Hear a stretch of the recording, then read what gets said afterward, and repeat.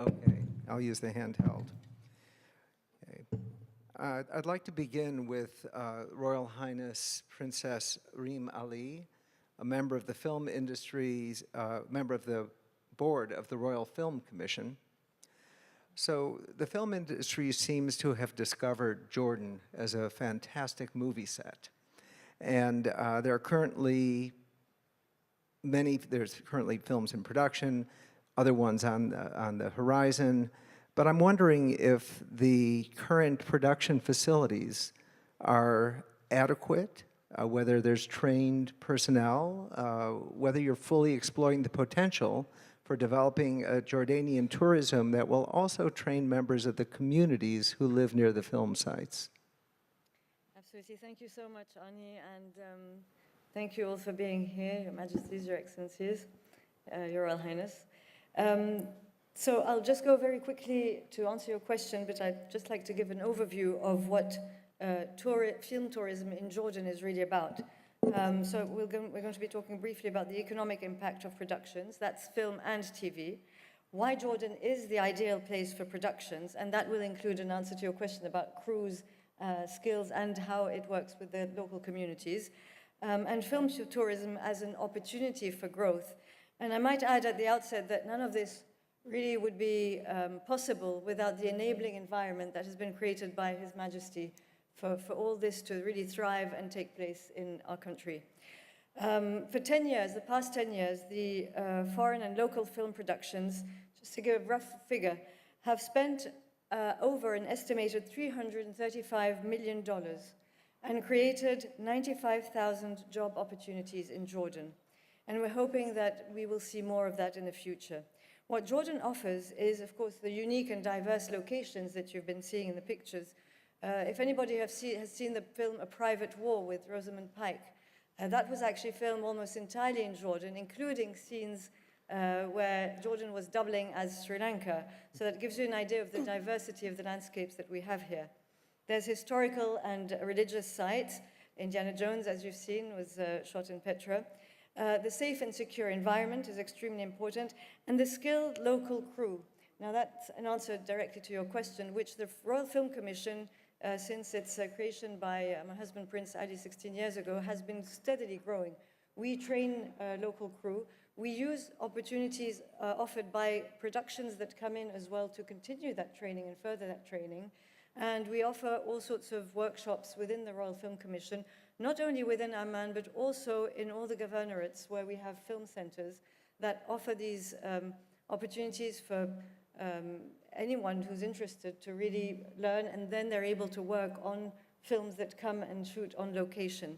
And we've had a lot of success, local communities actually asking us to keep going, to continue these programs, to really provide what we can to facilitate films, because they're benefiting so much from that. There's a diversity of people also that's very important when it comes to casting, for example. English is widely spoken, as I'm sure you all know, and we have wide support from the government, especially from the Ministry of Tourism, the Georgian Tourism Board, and support from the Army. Thanks to the Royal Film Commission, in addition to that, there's easy administrative procedures. It's a one-stop shop. There's wide experience in supporting productions, so anybody who needs to go scouting, anybody who needs film permits can come and do that through the Royal Film Commission.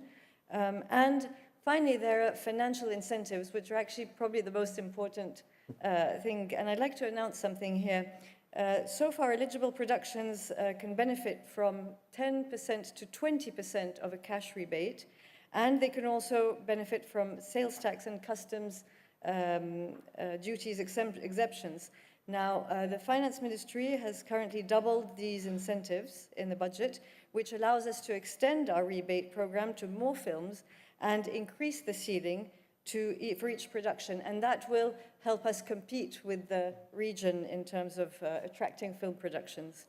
So I'm not going to continue. I think you need me to wrap up. Just to say that really this also provides, of course, excellent advertising opportunities for Jordan, because you have so many tourists that will come. And I'd just like to flag, apart from the films that have been mentioned, mainly Aladdin, that's going to be launched on the big screens on the 24th of May, and Star Wars later on this year. All these, like The Martian, will provide ample advertising opportunities, hopefully, for the country. Thank you. Thank you, Your Royal Highness. My next question is for Shannon Stoll. He's the founder and CEO of the Adventure Travel Trade Association. And your organization has been really at the forefront of bringing adventure tourism and adventure travel to Jordan. But adventure travelers also have the potential to venture into fragile areas in the wilderness and in numbers that could be detrimental to the environment. So what can your organization, the government, businesses do to prevent this from happening? Sure. Thank you, Arnie. And thank you, Your Excellencies and delegates, for this honor to be here today. In our sector of the travel space, we've talked a lot about how adventure travel sits at the intersection of commerce, community, and conservation. And that's why it felt like such a good match today for the World Economic Forum, which is committed to improving the state of the world. Our industry really works on the mission and belief that we can do business without sacrificing the environment or local people's involvement. So when you think about adventure travel, you might be tempted to immediately go to very extreme images in your mind, and that's a fair assessment in some cases. Skydiving, ice climbing, maybe wild animal wrestling. But the actual data shows that consumers think of adventure travel as containing three things: nature, culture, and physical activity. So sometimes it's very accessible. Jordan clearly is a perfect match with its deep cultural opportunities and offerings, and also with the abundant nature as well. So why this market matters is in the last decade it's exploded. As tourism has grown at 5% a year, adventure travel since 2012 has grown at 20% year over year, which represents opportunities and some threats to fragile places, which I'll come to. We've actually been in Jordan for the last 3 years, so we have kind of a case study, what is essentially a pilot. We've done 3 tourism trade events focused on adventure travel, 2 at the Dead Sea, 1 in Aqaba, and we are measuring the results of that. And what's coming out of it is very interesting. So USAID did a study here in Jordan in the last 2 years and found that tourism in general, or often called mass tourism, will tend to leave about 15% of the revenue that the customer spends in the destination. Now, adventure travel leaves 65%. So although it's a much smaller sector, it is incredibly potent in its economic opportunity. So this is something that is really interesting when we look at climate change and over-tourism, and I agree with the Secretary General of the UN that climate change is staring us in the face. In fact, Yvon Chouinard just pulled all of his funding from polar bear preservation because he said it's too late.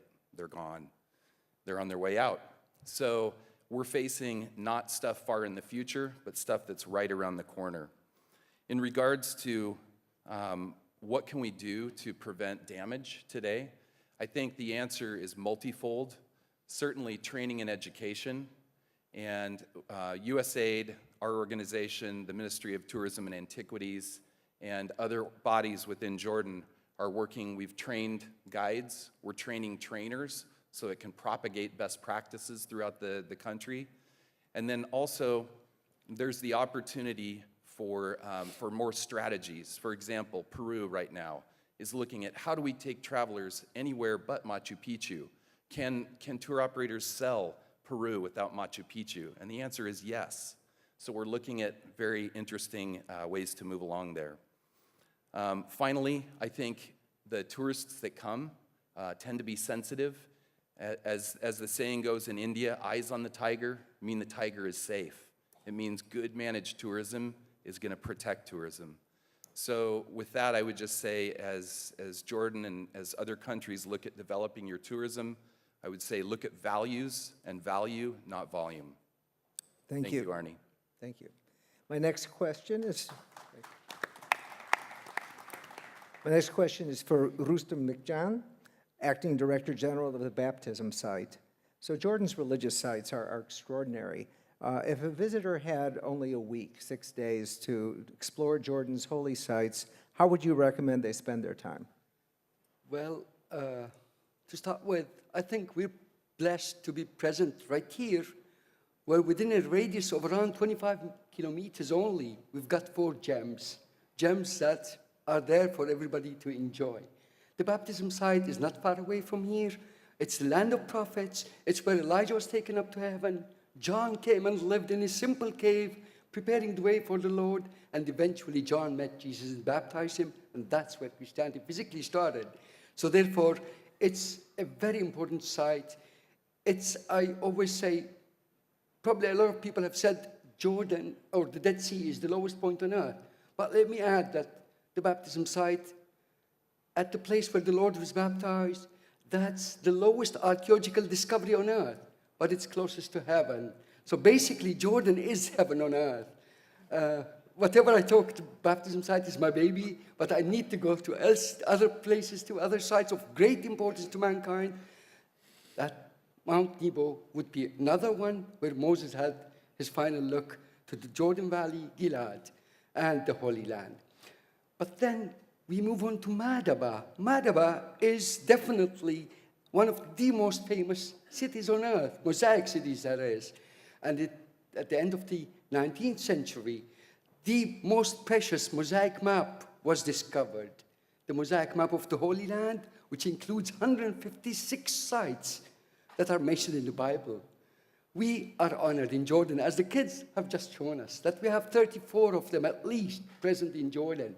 What we need to do is to invest in these sites, make our pilgrims arrive to Jordan because it's a safe place, enjoy and walk in the trails of the prophets. But then we move on to another site of great importance, Macarius or Macawer, where John was beheaded. So John started his life preparing the way of the Lord in a simple cave, but was beheaded in Macarius because Herod the Tetrarch, the king of the Perea, had married his brother's wife, and according to Matthew chapter 14, eventually when Salome danced the famous dance, John was beheaded. So I believe personally that at least 2 or 3 days are needed to concentrate on the central parts of Jordan, but then let's not forget, not only do we have important Decapolis cities of the Roman period, but let's remember that a lot of them are very well noted in the Bible. Among them, Gadara, where the first miracle of Jesus took place east of the Jordan, having crossed the Tiberias, the Galilee. And then we have Pella. Refugees have been mentioned in Jordan. Do we know that in the first century, early Christians took refuge in Pella? So therefore, these are great points to concentrate upon. Let's not forget the birthplace of Elijah. Elijah, the Tishbite, is born near Ajlon, the northern parts of Jordan. That's another gem. Elijah was born in Jordan and was taken up to heaven in chariots and horse fire east of the Jordan opposite Jericho. Now, then we can move on to Rahab and elsewhere. So even 2 days could be spent in the northern parts of Jordan, and then we would go to following the King's Highway, if you wish. We'd be able to arrive to, Petra, Aaron's Shrine, and then arrive to the lowest museum on earth, Lot's Cave. We might even have Sodom and Gomorrah, because the Holy Quran is very sure saying that the remains are there, and we know is east of the Jordan, in the borders of the Hashemite Kingdom of Jordan. So whatever I say, Your Majesties, Excellencies, distinguished guests, is that Jordan is the place of the Amman message, common word, interfaith harmony. Moreover, it's the place to build bridges of love and peace between mankind. So we'd love to have you here to not only enjoy these sites, but walk in the trails of the prophets we all respect. Rustam, I love your passion and enthusiasm. Annie Hood is the chief executive and founder of Well Intelligence, and an authority on well-being tourism. So Annie, well-being in tourism has moved far beyond the spa and the spa experience. So what are some of the unique attributes of Jordan that it has to offer in wellness tourism? Thank you, Arnie, and delighted to be here. Thank you for having me. Before I move into what I think is the 3 key foundational pillars for Jordan's position to win in wellbeing tourism, let me just give you a little window on the world in terms of where that sits. Wellbeing tourism is valued at 639 billion globally. It's the fastest growing tourism sector, and in the MENA region, we had 11 million visitors to this region in 2017, and that was an uplift from 8.5 million in 2015, the value of 10.7 billion. So it's growing fast, which is fantastic. What is also fantastic is that it's just tipping into mainstream. It used to be seen as quite niche, but now it's something that is incorporated into all travel. It isn't just about primary travel in wellbeing, and what I mean by that is a immersive program, a retreat that you might go to for 7 days, 14 days, even a month. Wellbeing is something that everybody wants when they travel, and what that means is it's no longer an option to include. It cannot be ignored. So, the 3 key pillars for Jordan. The first, I think, is hard science, and the fabulous children gave me a lovely platform to launch into this. And where we are now at the Dead Sea, your oxygen levels, the clinical proof of being here from a healing perspective are second to none. But that's not just about medical, it's also about well-being and how people feel. Those oxygen levels really promote and help sleep, the quality of sleep, which is incredibly important.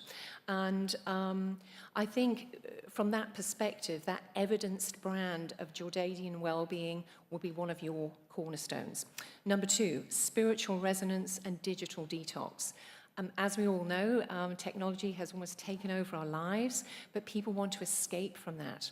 And as my colleague to my right was just talking about, the religious and also the spiritual profundity of this country is immense. You know, people want to be a part of that, and what you have is something that can be synonymous with inner peace, with self-actualization. So being here in Jordan can be a central point to that. Number 3, spotlighting integrity and consciousness. The humanitarianism that Jordan epitomizes should not be underestimated. And if I may, if you remember one thing from what I'm saying today, it is this: emotional connection is the currency of wellness travel today, and Jordan has that in absolute abundance. Travelers want to be connecting with a country that connects at a local human level, and they want to be a part of that halo of strong human values. So the Jordanian well-being trifecta, if I can call it that, is hard science, spiritual resonance and digital detox, and integrity and consciousness spotlight. Thank you so much, Annie. Nadim Muashar is an investor in the tourism sector of Jordan.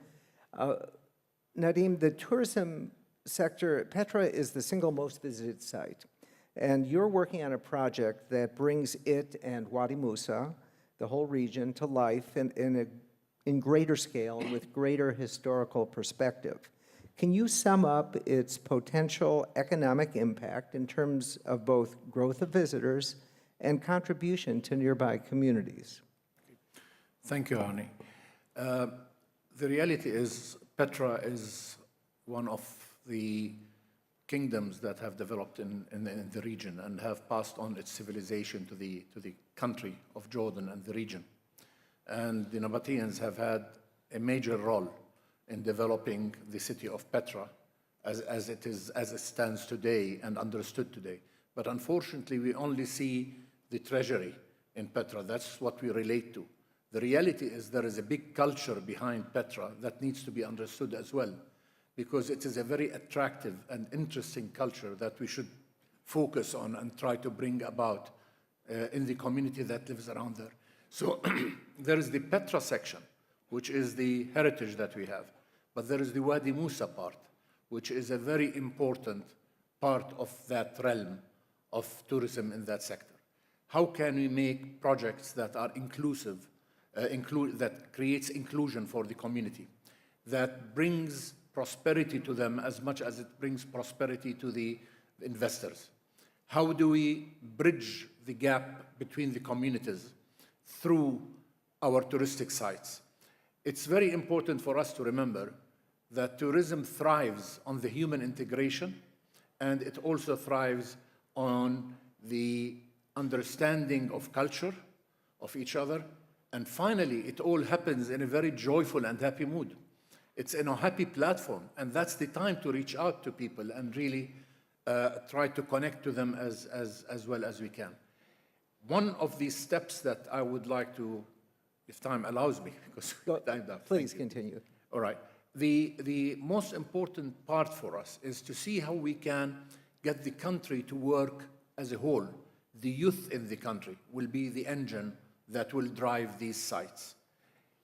We are not giving them a chance enough to come into play in the process of planning for these cities. And I think it's very important to use the academic base, which forms almost a third of the population, the academic base, the students, to be part of that developmental platform. And this can happen by getting students from universities who are studying the arts and the culture, and to come in and do a term or a quarter in Petra or in Jarash, in the areas where there is that richness of heritage and engineering and art and etc. How can we bring them to be engaged in this and really develop Wadi Musa to become the center of art, culture, and equestrianship?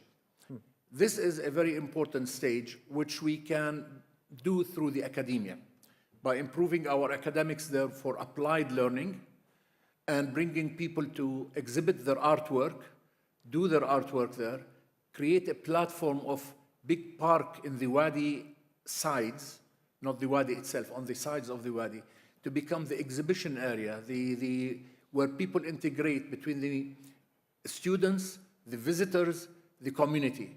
And the benefit of the community from all of that is they will be the people who will create lodging for the students coming in. And if we start a system of creating digs for students, can you imagine the integration of Petra, the Wadi Musa, and the whole concept starts shaping up a lively Wadi Musa with the youth exhibiting their artwork, doing their researches in certain areas of engineering and architecture because of the wealth of knowledge we have in the Nabatean kingdom. They had the best water systems before anybody could do them. They actually invented the letters, the Arabic letters, and eventually the Arabic letters came from the Nabatean letters. This is a history that not all of us know. And I think it would be very important to try and make that inclusion of the community, plus inclusion of the students from all around Jordan. And this could apply to many sites in Jordan. So I hope we can drive towards this with full cooperation from the community and investors outside. Equestrianship is very important because we want to move and lift up the horse handlers to become Fursan al-Petra, the Knights of Petra, who really do shows and do exhibition parades and trails around the region. So I think there is so much. I mean, one can sit and talk for hours about this, but I'm not going to do that. I'm going to just say We are getting to the end you're of our getting the time. message, and I'm trying to get people to just really engage through this. So I hope you will. I want to thank you first for all this, and I'm sorry I took a little more time than I needed. That's okay, Nadim. Thank you. And Thank you. I think what the common thread here, which also ties in with what came before, is if there's one word, it is inclusiveness. It's inclusiveness of the marriage of the visitors, the sites, the culture, the existing culture, and that blend gives Jordan, I believe, a unique place in the world. And I have seen many examples of people who want this to happen but don't have the resources. Jordan has those resources. Excellent. Thank you, everybody. This concludes this session, and thank you all for being here. Thank you.